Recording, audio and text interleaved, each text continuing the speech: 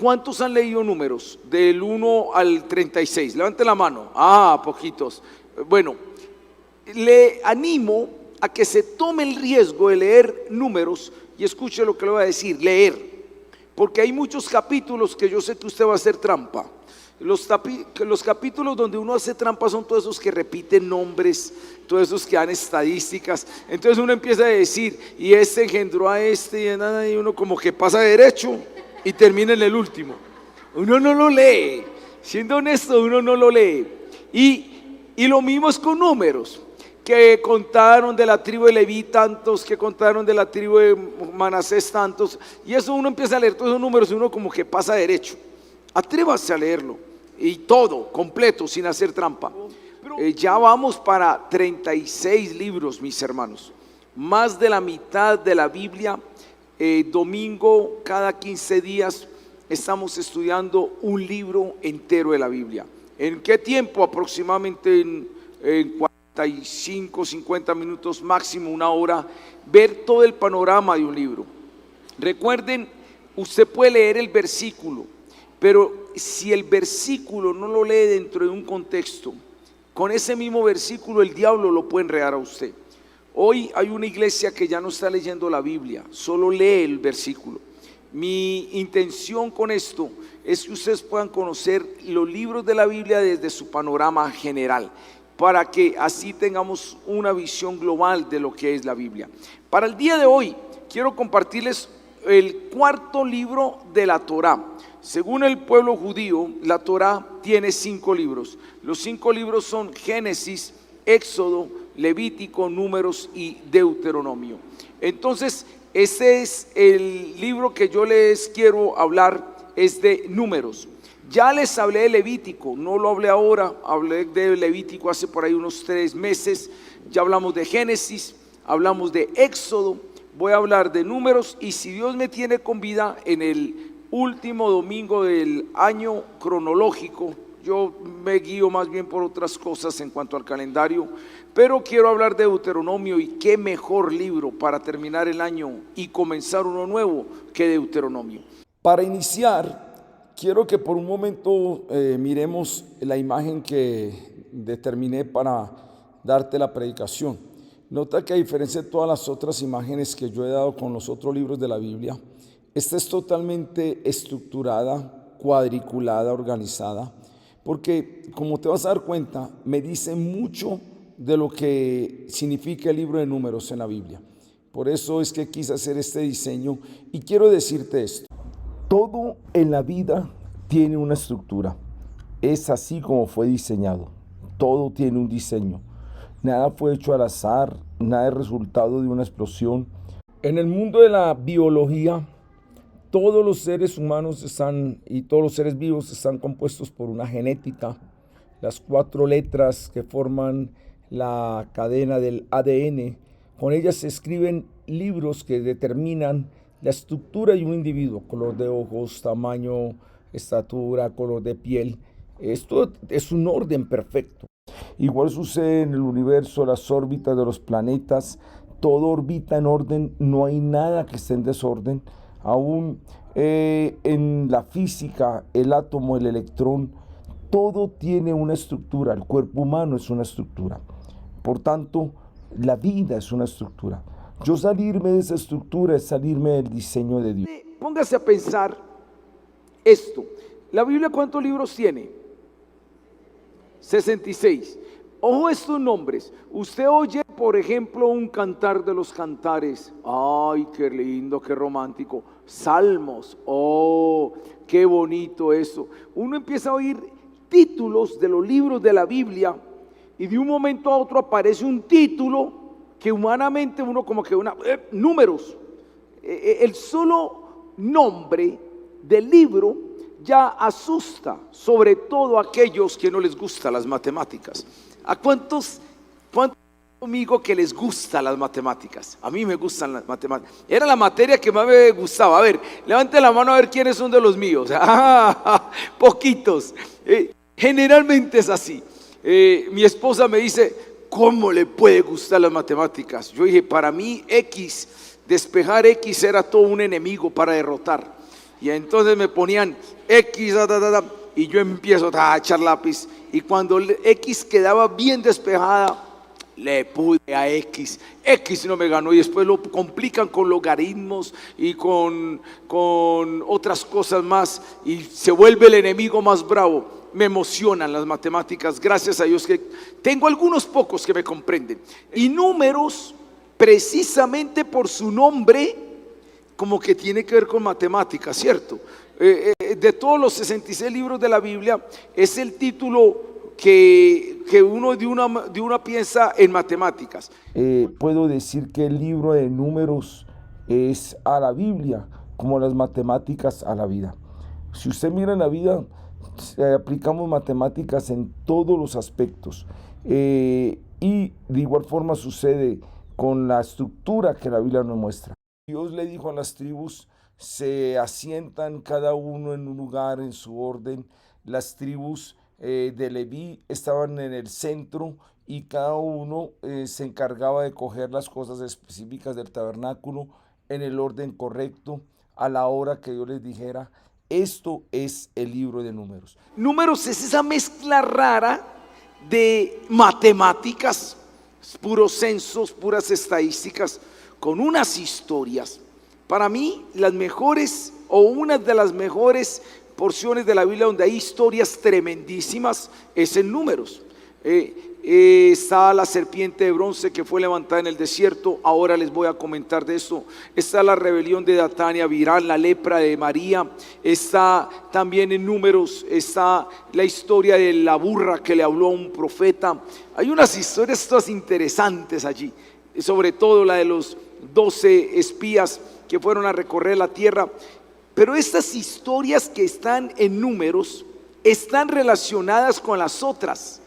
Y eso es lo que hoy vamos a ver, un paquete completo. Esas historias no fueron contadas por contar, tienen una relación. Así como las matemáticas, dije, es a la vida, así es el libro de Números a la Biblia, y así es la teología a la vida. Es una ciencia exacta. Las cosas se deben dar en el orden como fueron creados. Pecado precisamente es ir en contra de ese orden. Pecado no es simplemente los actos comunes que hacemos. Pecado es ir en contra del orden de Dios. El libro de Números es una indicación de que todo tiene una secuencia y un orden. Cada ejemplo que hay en Números es un ejemplo de sujeción o no sujeción, de ajustarse al orden o de no ajustarse al orden. Y lo que no se ajusta al orden va a traer sus consecuencias. Por eso hay algunos pasajes, números que son muy claves, como yo les he dicho cuando estudiamos libros. Entonces hay pasajes que nos indican ventanas del libro, y yo quiero leer algunos de esos pasajes que son claves para lo del libro. Vamos a leer 4 textos de Números para que usted entienda cuál es la idea del libro de Números. El primero es el que usted ve aquí, pónganlo en la pantalla por favor. Números 36, versículo 13.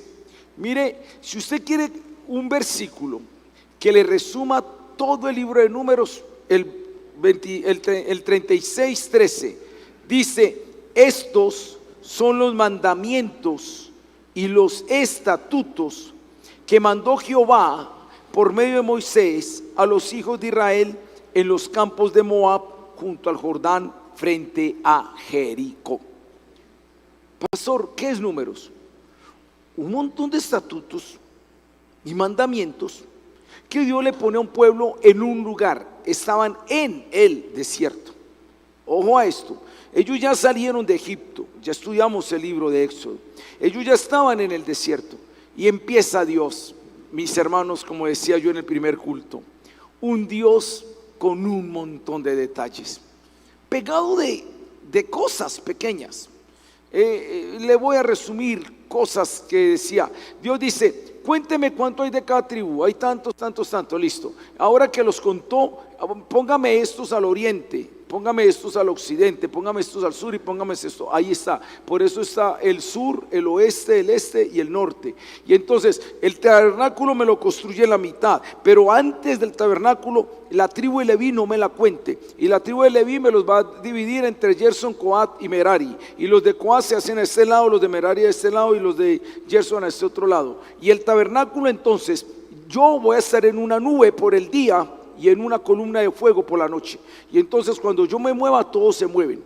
Pero el tabernáculo me lo tienen que desbaratar en el orden que yo diga. Entonces tenía que coger primero, lo primero que tenían que tapar era el arca. Entonces los de una tribu de Leví, los coatitas, tomaban el manto y tenía que llegar así, tapado el manto, entraban al lugar santísimo donde llegaba el arca y lo tapaban. Entonces los coatitas lo tapaban, le metían las varas y entonces llegaban los otros de la otra tribu y cogían los otros elementos del tabernáculo y también los tapaban. Y entonces cuando todo estaba tapado, llegaban los otros de otra tribu de Leví y desbarataban el arca. Cuando todos estaban así, entonces decían, ahora sí, marchen, y los primeros que debían marchar eran los que están en el oriente y se movían. Ahora, Dios ponía unos detalles, que la tela con que iban a envolver esto tenía que ser de color azul. Así era Dios. Que los sacerdotes tenían que hacerse unas orlas en el vestido para recordarle la palabra. Un montón de detalles. Y uno dice, pero Dios, ¿por qué está poniendo tanto detalle ahí? Yo les digo, siendo yo pastor, yo decía, es que, ¿por qué esto? Y entonces, cuando usted entiende por qué todas estas cosas, se va a dar cuenta de qué habla Números. Una sola palabra para los que de pronto han leído Números. ¿Qué cree que en una sola palabra, cuál cree que es la que resumiría el libro de Números? Ya les dije más o menos de lo que trata Números. ¿Cuál será esa palabra?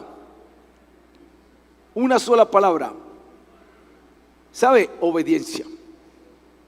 Esta sola palabra rige todo el libro. ¿Por qué el Dios cositero de cosas? Dios, ¿usted por qué friega la vida? No, es que yo lo único que quiero es probar la obediencia. Literal. Si Dios hubiera dicho, todos los pastores que vayan a predicar la palabra se suben por el lado derecho del púlpito, pasan por delante del por detrás del púlpito, se bajan por el lado izquierdo y le dan 3 vueltas y se suben ya por el lado izquierdo, ¿uno qué va a pensar? Ay, Dios sí es perezoso. Pero si uno quiere obedecer, ¿qué es lo que toca hacer? Hágalo. Obediencia. Eso es Números. Números Levítico son leyes de santidad. La palabra clave en Levítico es santidad, leyes para un pueblo que quede separado. Ya predicamos de Levítico, usted lo puede ver. Pero en Números no es santidad, en Números es obediencia.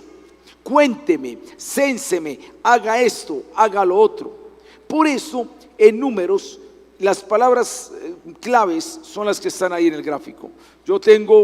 Hay un orden, hay una estructura, hay unas instrucciones, hay una identidad, hay unos límites y hay unas consecuencias de la obediencia o desobediencia. Por eso el cuadro, mire que de todas las predicaciones que yo les he dado de libros de la Biblia, el único gráfico cuadriculado así es este. Es el único. Porque es que en este muestro ahí están las tribus, el número de las tribus, cada tribu tenía una bandera que lo identificaba, está el tabernáculo, el número de los que cada uno correspondía. Es el único que es tan cuadriculado. Números es así. Venga, veamos algunos textos.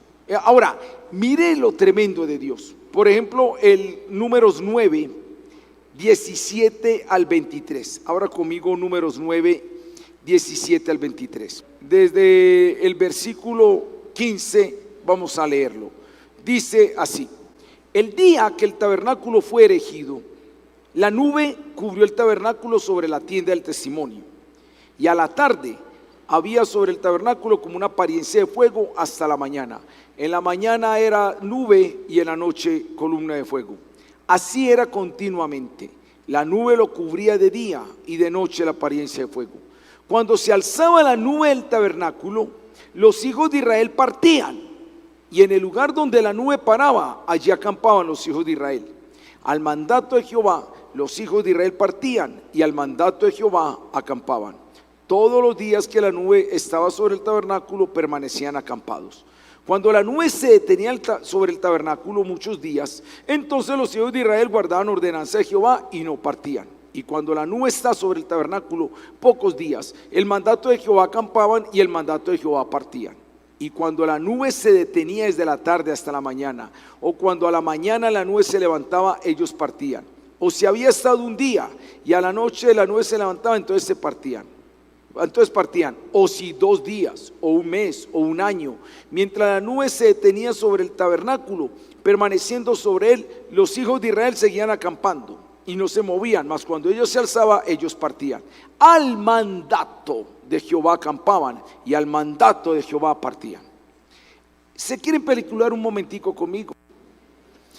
Dios dijo, alrededor del tabernáculo tienen que estar acomodados así. Entonces, en el norte debía estar la tribu de Aser, Dan y Neftalí. En el sur, Gad, Rubén, Simeón. Y al oriente, Benjamín, Efraín y Manasés. Ahora, ellos están por fuera, porque ya adentro había otro círculo que eran los levitas, los hijos de Merari, Gerson y Coat, y Moisés y Aarón tenían sus carpas al oriente. Todo estaba así. Entonces, cuando la nube se paraba, ¿qué era lo primero que decía Moisés? Se alzó la nube. Entonces los de una tribu de Leví, los hijos de Leví, unos cogían y cubrían el arca, otros cogían y tapaban los utensilios, otros llevaban y desmontaban el tabernáculo. Una vez que estaban así, los de la vanguardia y los de la retaguardia empezaban a marchar detrás de la nube, y la nube los llevaba, y de un momento a otro se paraba. Y entonces cuando se paraba, ¿qué tenían que hacer? Todos construyan otra vez el arca y acomódense así. Y cuando están bien acomodados, el mismo día, ¿qué hacía Dios? Se volvía a parar. Bueno, no fuimos. Por Dios, dígame, ¿usted qué le diría a Dios? Dios, apenas estamos armando y ya no. Dígame, ¿por qué hacía Dios eso? Dios no estaba fregándole la vida al pueblo. Escuchen esto muy importante que les voy a decir. Dios sabía que su pueblo iba a entrar a un territorio, Canaán, donde estaba lleno de culturas paganas. Allá en Canaán había una cultura que tenía cosas muy atractivas, pero también cosas muy paganas. Y si ellos no aprendían la obediencia en el desierto, Canaán se los iba a devorar. Guarda eso, por favor. Yo ahora te voy a decir cuál es la aplicación. Dios dice, yo los puedo mandar sin que ellos aprendan la obediencia y métanse a Canaán. Mire, en un mes Canaán los devora y les quita la identidad y los absorbe. Y Dios sabía que la obediencia a Él, a sus mandatos y sus estatutos, era lo primordial que Él debía establecer en el desierto. Eso era lo que Dios quería. Y mire, por eso la nube se levantaba, a veces se quedaba un día, otra vez pasaba 2 meses. Esa era la nube. Mire este otro texto, Números 33. Números capítulo 33, versículos 1 y 2. 33, 1 y 2. Estas son las jornadas de los hijos de Israel, que salieron de la tierra de Egipto por sus ejércitos, bajo el mando de Moisés y Aarón. Moisés escribió sus salidas conforme a sus jornadas por mandato de Jehová. Estas pues son sus jornadas con arreglo a sus salidas. Números es un libro de censo, de conteo, de jornadas, de órdenes. Vaya al 34, en Números capítulo 34, ahí está también 34:1. Número 34:1 dice: y Jehová habló a Moisés diciendo: manda a los hijos de Israel y diles, cuando hayáis entrado en la tierra de Canaán, esto es la tierra que os ha de caer en herencia, la tierra de Canaán, según sus límites. Según sus límites. ¿Quieres entender números? En números hay límites. ¿Quieres entender números? En números hay jornadas. ¿Quieres entender números? En números hay estructura, hay orden, hay principios. ¿Qué quiere enseñar Dios?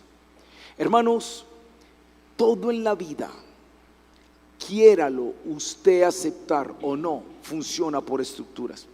Y precisamente hablando de ese orden y esa estructura, en el libro de Números está quizá lo más relevante en cuanto a las consecuencias de no sujetarse al orden y plan de Dios. Y esto está en el capítulo 14. Para que usted se ubique un poco, Dios mandó en Números capítulo 13 a Moisés a que mandara unos espías para que miraran la tierra. Fueron escogidos de cada tribu, se escogió un príncipe y entre ellos se escogió a Josué y a Caleb. Los 12 fueron a la tierra y estuvieron inspeccionando la tierra, pero el informe que trajeron 10 fue muy contrario al informe que trajeron 2.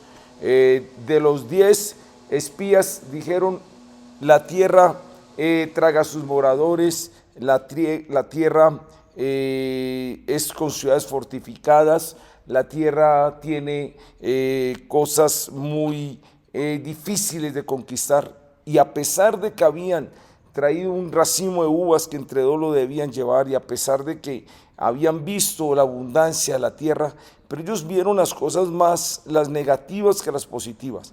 Solo Josué y Caleb fueron los que dijeron: nosotros los comeremos como a pan, con nosotros está el Señor. ¿Y qué pasó? El pueblo creyó más a los 10 espías que a los 2. Llegó un momento donde Dios dijo, ya había pasado un año, y dice Números 14, 21 al 28, mas ciertamente, como vivo yo, y mi gloria llena toda la tierra, todos los que vieron mi gloria y mis señales que he hecho en Egipto y en el desierto, y me han tentado ya 10 veces y no han oído mi voz. Ha pasado un año y durante en un año 10 veces ellos renegaron y murmuraron.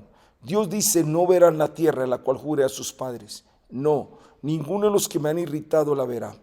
Pero a mi siervo Caleb, por cuanto hubo otro espíritu en él, y decidió ir en pos de él, y yo lo meteré en la tierra donde entró, y su descendencia la tendrá en posesión.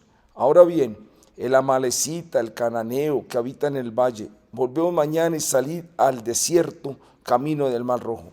Y Jehová habló a Moisés y a Aarón diciendo: ¿hasta cuándo oiré esta depravada multitud que murmura contra mí? Las querellas de los hijos de Israel que de mí se quejan. Diles: vivo yo, dice Jehová, que según habéis hablado a mis oídos, así haré yo con vosotros. En este desierto caerán vuestros cuerpos, todo el número de los que fueron contados de entre vosotros de 20 años arriba, los cuales han murmurado contra mí. Vosotros a la verdad no entraréis en la tierra, por la cual alcé mi mano y juré que os harían habitar en ella, exceptuando a Caleb, hijo de Jefone, y a Josué, hijo de Nun. Pero vuestros niños, de los cuales dijisteis que serían por presa, yo los introduciré y ellos conocerán la tierra que vosotros despreciasteis.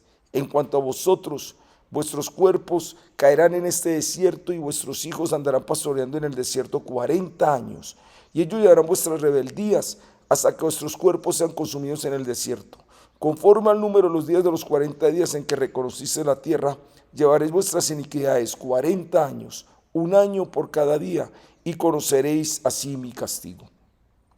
Este es el pasaje central uno de los pasajes centrales de todo el libro de Números. Cómo Dios castiga una desobediencia. Y Dios decide que todos los mayores de 20 años no van a entrar a la tierra prometida.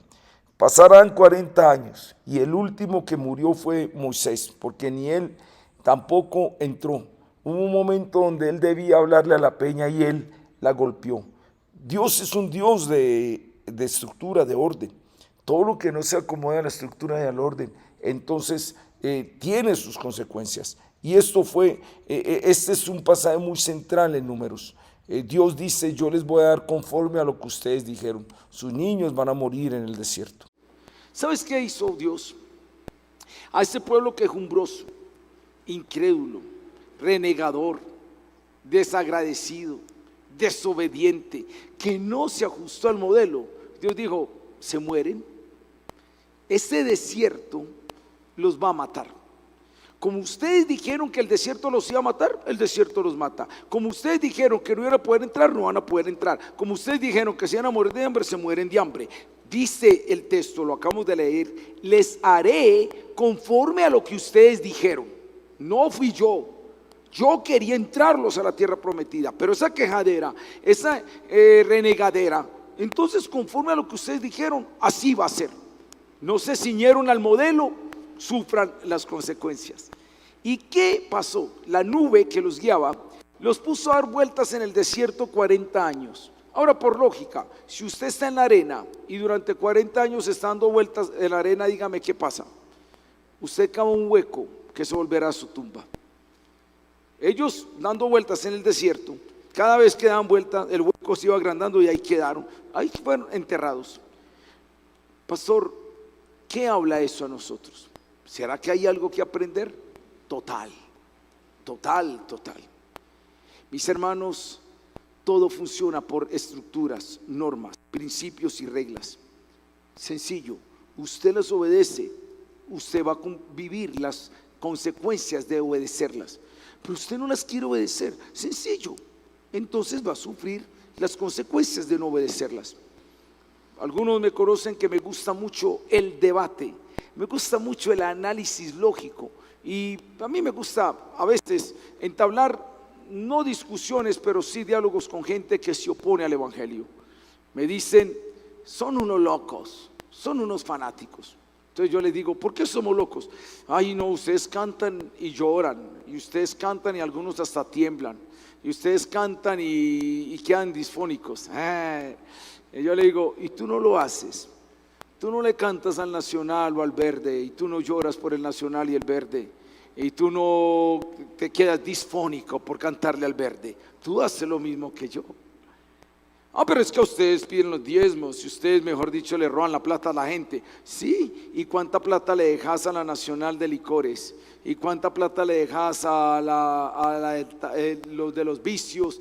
Todas estas cosas. Ponte a pensar las finanzas tuyas por dónde se van, y te vas a dar cuenta que lo que tú me dices a mí que yo hago, tú lo haces y el doble de lo que yo lo hago. La diferencia es que yo lo hago de acuerdo al modelo, tú lo haces en desacuerdo al modelo. Cuando yo me rijo al modelo, las cosas deben funcionar. Yo he puesto este ejemplo y ustedes lo saben, pero se los vuelvo a decir. En Canadá es un país que ha sido seleccionado muchas veces como un país número 1 en calidad de vida. Se dice que la calidad de vida en Canadá es muy alta. De hecho, es uno de los países que matemáticamente en los próximos 30 años será el primer país ateo del mundo, totalmente ateo. Es según las estadísticas. Porque Canadá está urgente, desesperados, importando jóvenes. ¿Sabe por qué? Se dieron cuenta que en los próximos 30 años, cuando el país supuestamente todo es ateo, se van a morir todos los viejitos que hay en Canadá. Como ellos decidieron no tener hijos, sino perritos. El país está pronosticado que si en 30 años no le meten una generación joven, Canadá desaparece del mapa. Ellos quisieron vivir su modelo, pero el modelo del hombre es equivocado. Yo he hablado con la gente progresista, y yo no sé si aquí hay gente con mentalidad progresista, con todas sus ideas de mente liberales y todas esas cosas. Yo les digo, con su mentalidad, en 50 años ustedes acaban una sociedad. Cuando vino la pandemia, vi un meme que me parecía muy interesante. Menos mal que la pandemia sucedió cuando todavía habían científicos. El mundo como va, en unos 20 años, otra pandemia, lo único que va a haber va a ser youtubers, tiktokers, webcam. Estos no salvarán un mundo. Porque ya los muchachos no quieren estudiar una profesión, ya no quieren tener un conocimiento, ya lo único que quieren hacer, me quito la ropa y gano plata y ya. Con eso no se construye un mundo. No podemos alterar el modelo, el esquema. Dios lo ha dicho, y si Dios lo dice, así es. Así es. Que un niño puede levantarse con una mamá y un papá perdón, que un niño puede levantarse con una mamá, sí, seguro que sí, pero hace falta el papá. Y que un niño lo puede levantar la abuela, sí, pero no es lo mismo la abuela que levanta a un niño que dos papás que pueden jugar con el niño. La abuela a duras penas puede decir, coja ese carrito por allá y póngase a jugar. Ya no tiene la misma fuerza para jugar con el muchacho. Y entonces se levanta el muchacho solo. Que podemos hacer muchas cosas al modelo del hombre, sí, pero no podemos alterar el diseño. Y eso es lo que me dice Números. Números dice, soy un Dios de estructuras, de normas, de instrucciones. Soy un Dios de reglas. Si ustedes las obedecen, las van a vivir. Este pueblo, más de 3 millones de personas, Dios los tuvo que matar en un desierto. Porque el pesimismo, usted va a ser pesimista, se va a quejar en la vida, quéjese todo lo que quiera, quéjese. Porque Dios le va a decir, conforme a lo que usted se queja, así va a ser. Mi hijito, todo el mundo se está muriendo de cáncer, se muere de cáncer. No, esto es seguridad, lo están matando a uno, lo matan.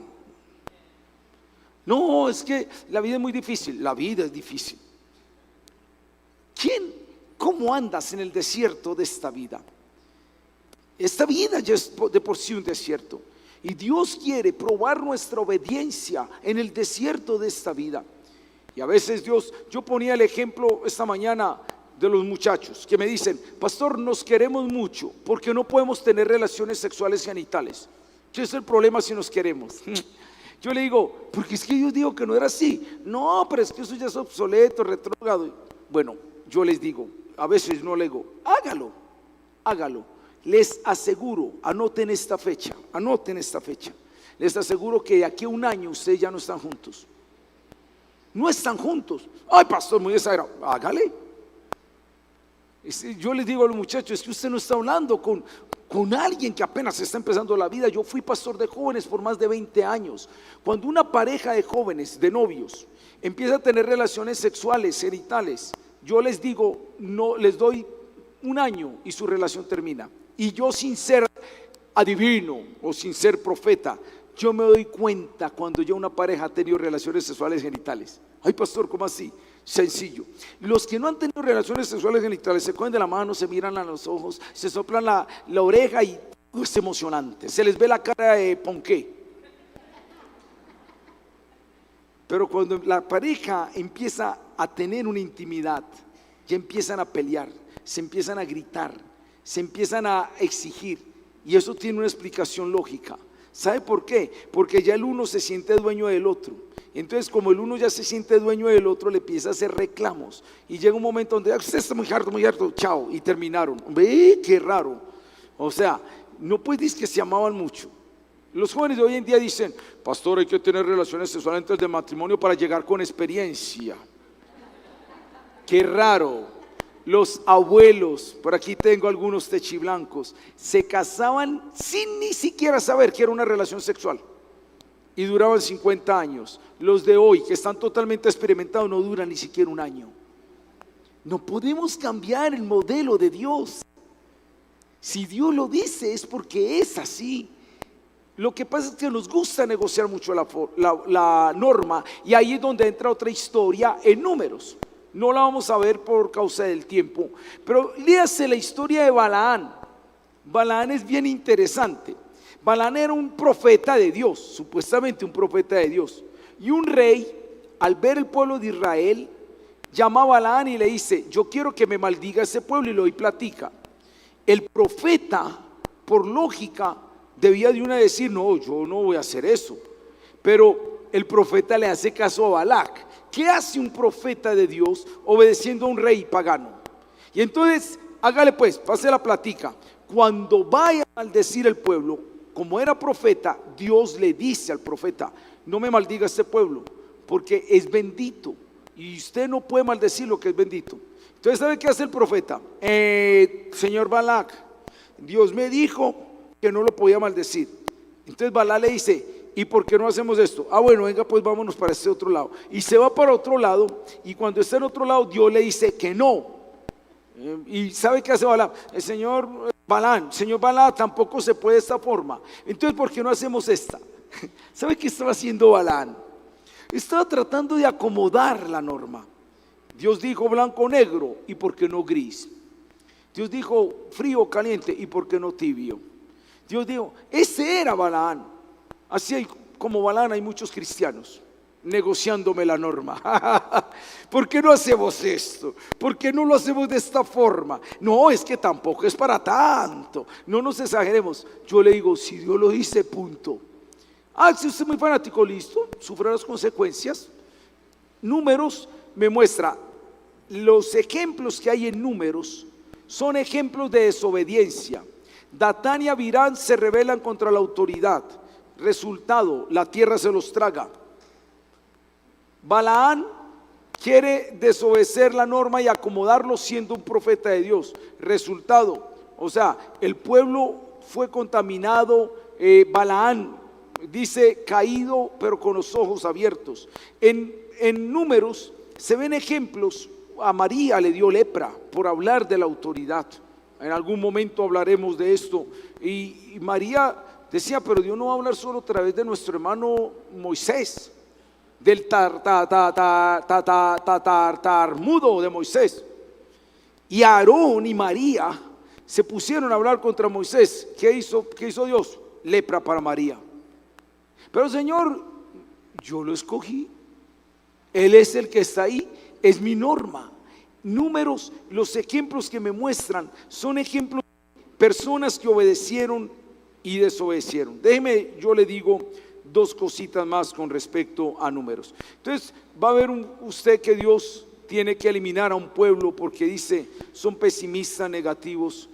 Mira mi hermano, todo en el universo funciona con una cuadrícula. No podemos aceptar la mentira, el relativismo.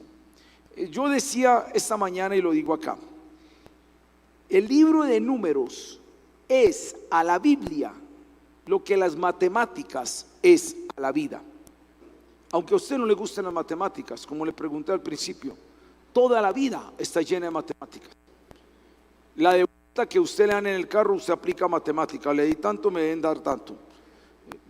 Todo está construido con matemática. Las medidas de este salón, el techo, cada cosa está construida con matemáticas, así no te guste. Y si yo quito las matemáticas de la vida, yo destruyo las ecuaciones básicas que sostienen la vida. Así es la orden de Dios y así es la palabra del Señor. Y eso es lo que nos dice Números. Yo soy un Dios de estructura, yo soy un Dios de orden, yo soy un Dios de mandatos, de principios. Si usted me los cambia o me los destruye, usted destruye su vida, su hogar, su sociedad. Las matemáticas están dentro del campo de las ciencias exactas. ¿Por qué se le llama hay dos clases de ciencias para los que han estado en la universidad? Una es la ciencia exacta y las otras se llaman ciencias blandas. ¿Cuáles son las ciencias blandas? Las que son más subjetivas, las que son más flexibles. Psicología no es ciencia exacta, psicología es más subjetiva, sociología es más subjetiva, física, matemáticas están dentro de las ciencias exactas. ¿Cuál es la diferencia entre la una y la otra? Es que estas no se pueden alterar. Estos son leyes, estos son normas que si se altera, se altera todo. Eso es lo que es la definición de una ciencia exacta. ¿Sabe qué me dice el libro de Números?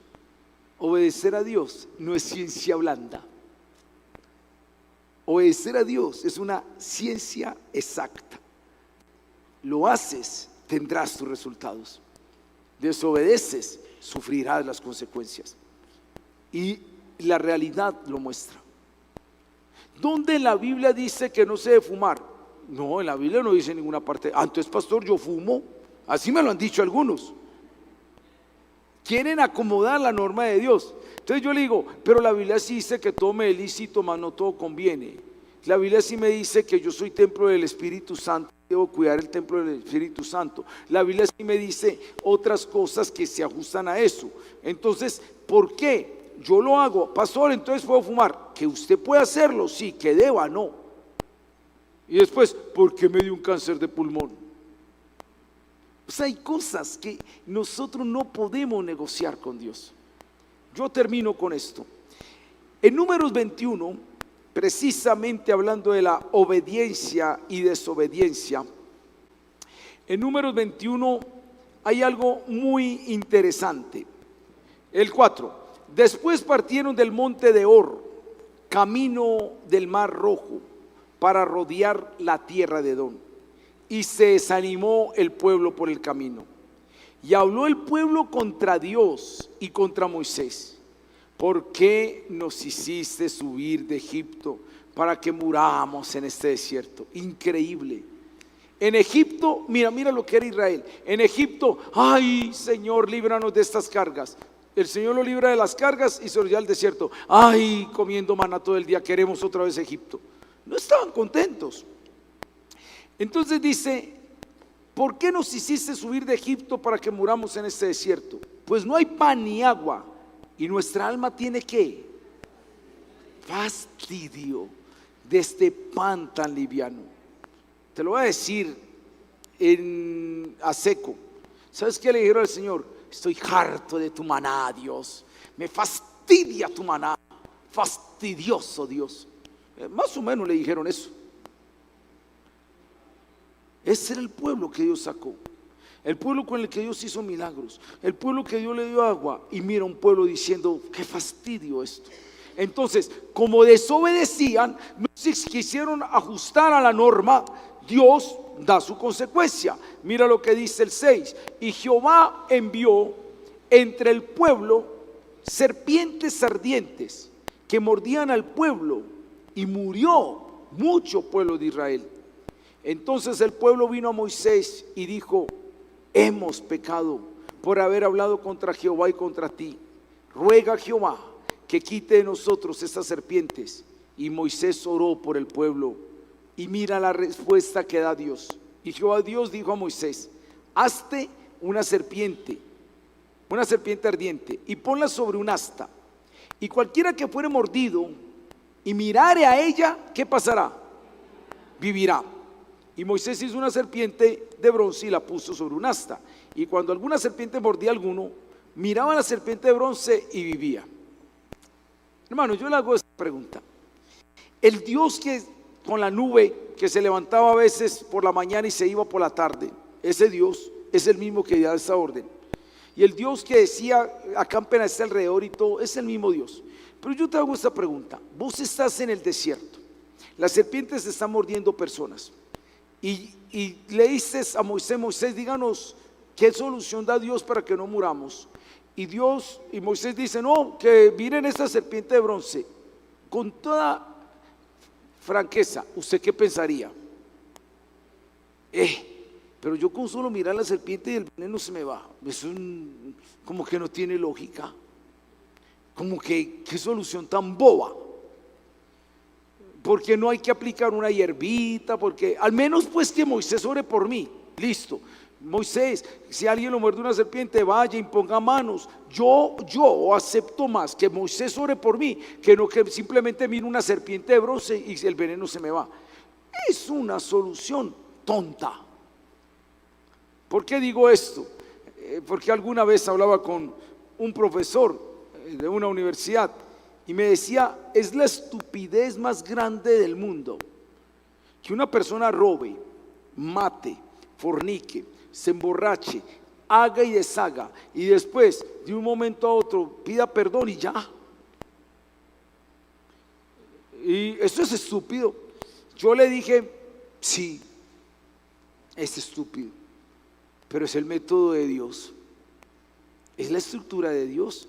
Mira lo que dice Juan capítulo 3, Juan 3, Evangelio según San Juan capítulo 3, versículo 14.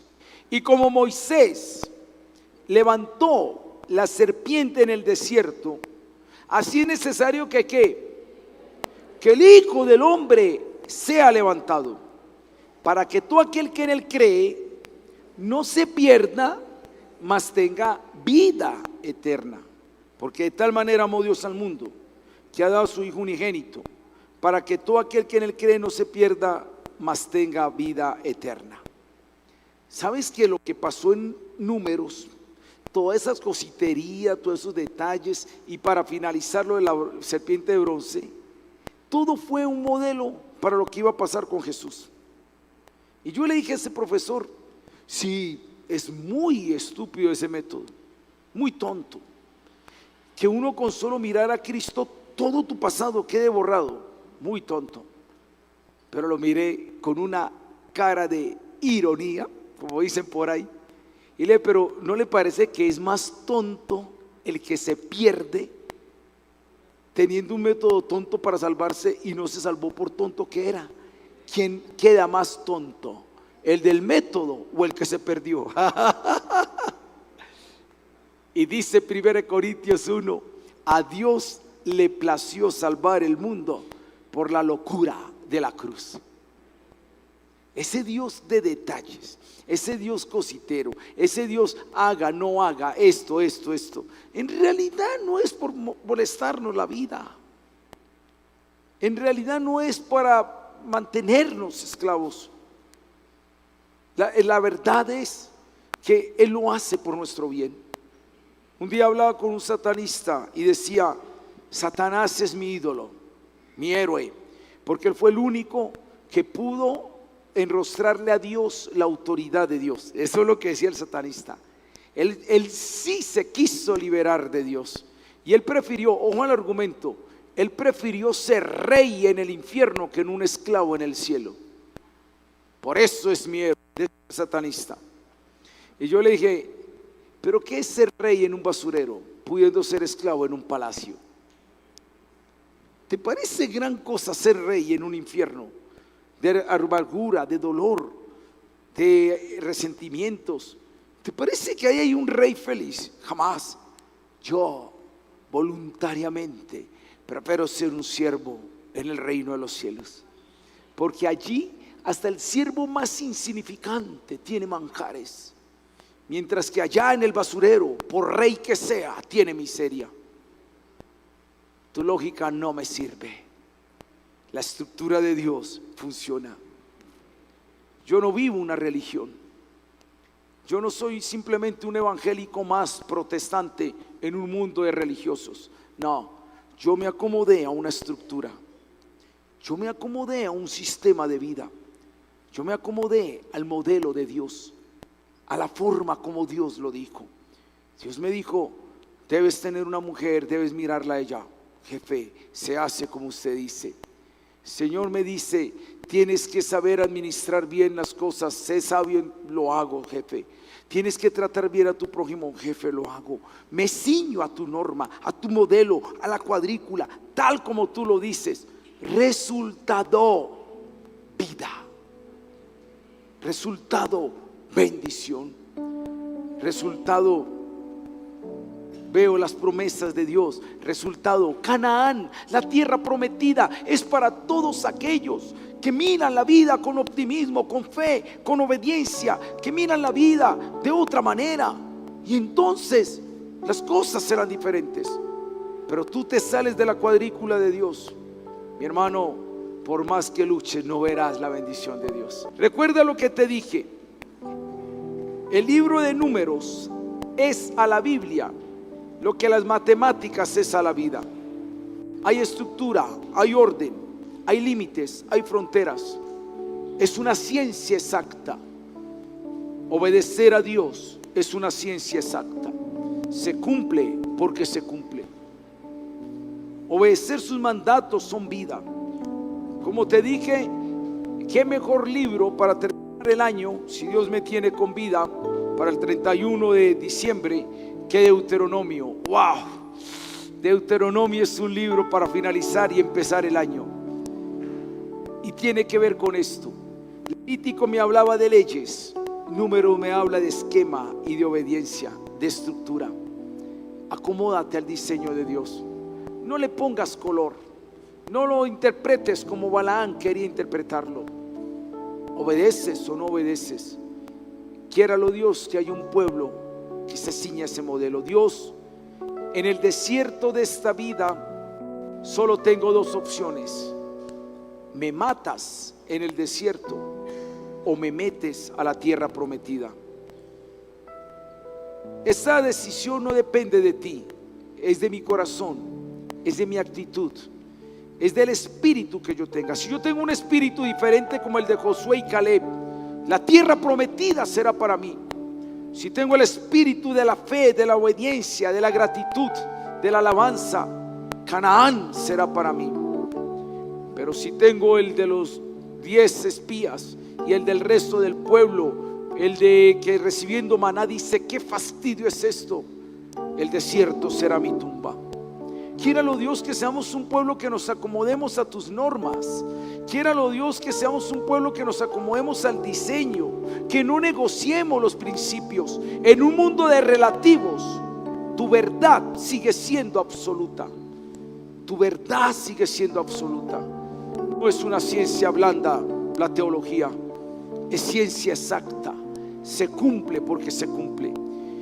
Que es de las cosas sencillas de mi hogar, lo que soy como padre, lo que soy como esposo, lo que soy como hijo, como hermano, como vecino, como empleado, como empleador, como estudiante, cada rol de la vida yo pueda moverme como se movía Israel en el desierto, cuando la nube se levantaba o cuando la nube se apacentaba.